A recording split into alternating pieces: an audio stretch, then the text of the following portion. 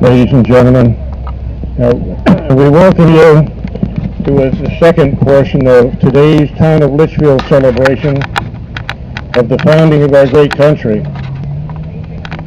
This is lovingly known as its 241st birthday. On this day, 4th day of July of 1776, the U.S. Declaration of Independence was adopted by the Second Continental Congress. At the time of its signing, 2 p.m., the 13 colonies in Great Britain had been at war for over a year. It took brave men to take such a stand in order to ensure that our people could finally live in freedom. We honor all of our citizens who have served in our armed forces to continue our right to live as free men and women. We thank every veteran that's here for their service. We are the First Litchfield Artillery Regiment, the guys in the red, white, and blue. We are a private militia. We're chartered under the laws of the state of Connecticut. The guns that you see here today are model 1841 6-pounders. This cannon saw action in the early battles of the Civil War. Our members served these pieces, as we refer to them, in the same manner that they were served back in 1841. One of our purposes as a militia is to preserve the lore of horse-drawn artillery. We will demonstrate it as often as we can in public functions. We do ask that you remain behind the muzzle line for your own personal safety. If a safety officer asks you to move, he's doing that to make sure you're not going to get hurt. Once we're done with the bells ringing at 2 o'clock, then we will make sure that the guns are cleaned and safed, and at that time I will announce whether you can go forward to see the guns and the crew. We do welcome the members of the Sons of the American Revolution and the Daughters of the American Revolution. These patriots are all ancestors of Revolutionary War soldiers, and they are here to display the flag of the state that they reside in. We welcome Judy Sawyer Buckley, who is going to act as our Vanna White for the day as we display these flags. The flags that are being displayed here today are all donated by the Sons of the American Revolution state organizations of the original 13 colonies. This part of the ceremony was conceived by Patriot Ken Buckby. He is the man carrying the American flag, and it was his efforts that made it possible for all 13 states to provide the flags for the ceremony. Today marks the 4th year that the Litchfield Artillery and the Sons of the American Revolution have performed the ceremony together. President Ronald Reagan said it very plainly when he said, "Freedom is never more than one generation away from extinction. We did not pass it on to our children in the bloodstream. It must be fought for, protected, and handed on to them for them to do the same." We'll now ask Ken Buckby if he'd bring the flag forward.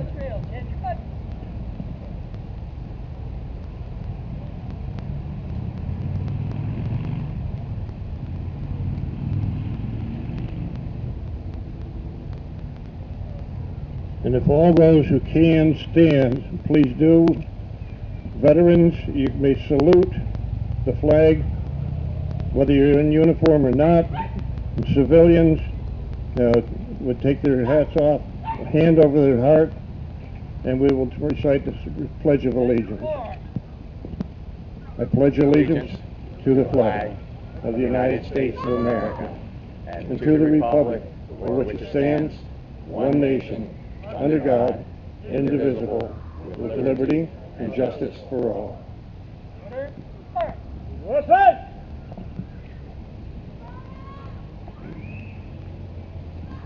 I'd like to steal 1 minute while we're here. Just a moment of silence. We do have a lot of our youth that are in trouble, not in trouble, they're in battle now, and they are protecting us.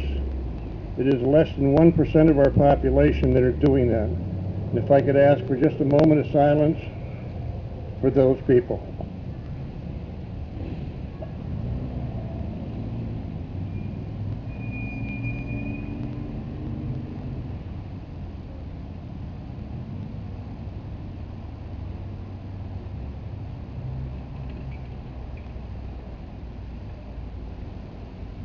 Thank you. Major Dugokinski, have your men man their piece and make ready. At this time, it gives me great pleasure to introduce the first selectman of the town of Litchfield, U.S. Air Force veteran Major Leo Paul, who will introduce the Let Freedom Ring ceremony. Leo? Thank you very much, Reggie, and thank you for your service. It's indeed an honor to be standing here with you. And thank every the veterans who are here. Thank you all for your service. This is always such an honor to be here. The pomp and circumstances just unmatched anywhere I've ever been, anywhere in my travels throughout the world. It's indeed an honor to celebrate the nation's birthday. The First Litchfield Artillery Regiment Let Freedom Ring Independence Ceremony for the town of Litchfield, Connecticut. The ceremony we are conducting today is the same ceremony that is used nationwide to celebrate the birthday of our great country. The ceremony was originally conceived by Litchfield resident and author Eric Hatch, along with his good friend and Litchfield resident artist Eric Sloan. Hatch and Sloan wrote a collaborative article entitled Let Freedom Really Ring, which appeared in This Week magazine's February 17, 1963 issue. The article so inspired the Connecticut Senator Abraham Rivercroft that he took the ideas of these two men to Congress. The nationwide ringing of the bells, now known as Let Freedom Ring, was adopted by Congress on 26 June 1963 and recorded as Concurrent Resolution Number 25. Concurrent Resolution Number 25 reads, whereas the tolling of the Liberty Bell at Independence Hall, Philadelphia, Pennsylvania at 2 o'clock in the afternoon on the 4th day of July 1776 proclaimed the signing of the Declaration of Independence, and whereas the adoption of this historic document marked the birth of our country as a free and independent nation, and whereas it is fitting that the anniversary of this great event should be appropriately observed in each year at the same moment throughout the United States. Now, therefore, be it resolved that the Congress hereby, 1, declares that the anniversary of the signing of the Declaration of Independence should be observed each year by the ringing of bells throughout the United States at the hour of 2 o'clock Eastern Daylight Time in the afternoon of the 4th day of July, or at such other time on that day as may be determined by local authority. And 2, call upon civic and other community leaders to take appropriate steps to encourage public participation in such observance.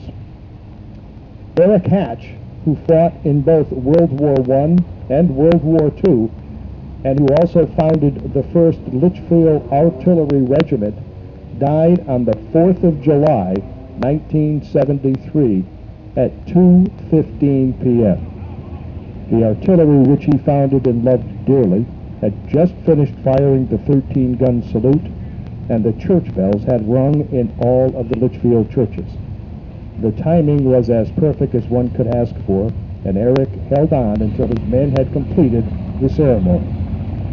It is also significant that the model 1841 Brown's 6-pounder cannon being fired here today is the same gun that was dedicated by the First Litchfield Artillery in June of 1973 at the end of Colonel Eric Hatch's command.